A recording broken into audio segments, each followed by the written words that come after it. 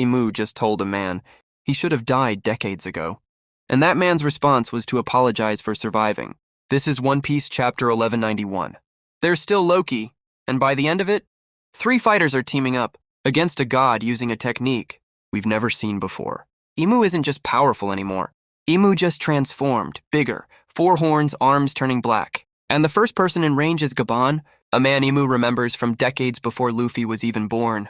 Quick note, this breakdown is based on early spoiler. Summaries for chapter 1191, not the final official translation, so exact wording may shift slightly once the full chapter releases. Now, the chapter opens with a color spread showing the Straw Hats together at an Afro party, a rare, lighthearted moment before the chapter turns dark fast. Biblo is seen talking with Chopper, and we get scenes of Zoro fighting someone named Summers. Then Imu transforms, larger, 4 horns, arms turning completely black. And Imu turns that new power directly on Gaban, sneering, "The brat from God Valley? I never expected you to become this strong. If I had known, I should have eliminated you along with rocks." That's not a throwaway insult. That's Imu revealing they've been tracking Gaban's survival since the God Valley incident. One of the most important events in the entire series' history. Imu isn't done. They mockingly congratulate Gaban for only losing 1 arm from the attack. And Gaban, bleeding and outmatched, throws the sarcasm right back. "Sorry, but now I cannot applaud you on avoiding my attack."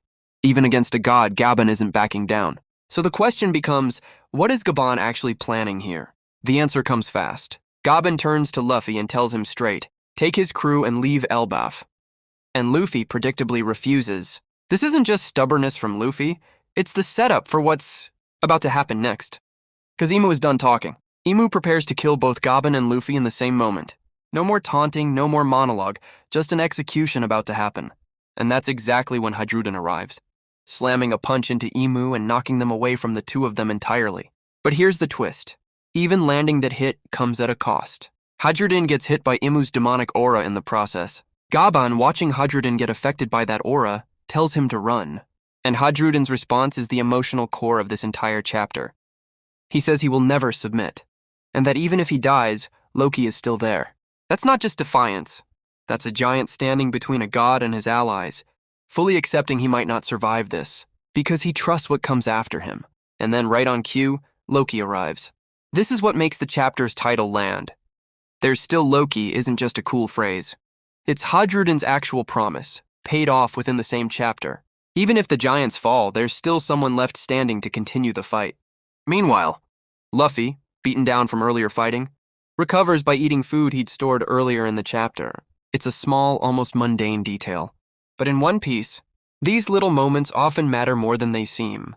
Luffy doesn't get a convenient power boost. He eats, because that's how his stamina actually works. With Luffy back on his feet, Loki and Hajrudin at his side, the 3 of them do something we've never seen before in this series. They attack Imu together using a combined technique called Gokoku Sovereignty, translated as the sovereignty of the 3 generals.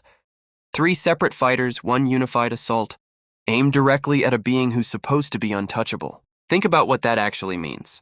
Imu has spent this entire chapter treating everyone around them like insects, mocking Gaban, preparing to casually kill Luffy, brushing off Hajrudin's punch.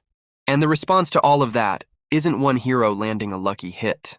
It's 3 completely different fighters, a former Roger pirate, a giant king, and Luffy himself, combining their strength into a single named attack.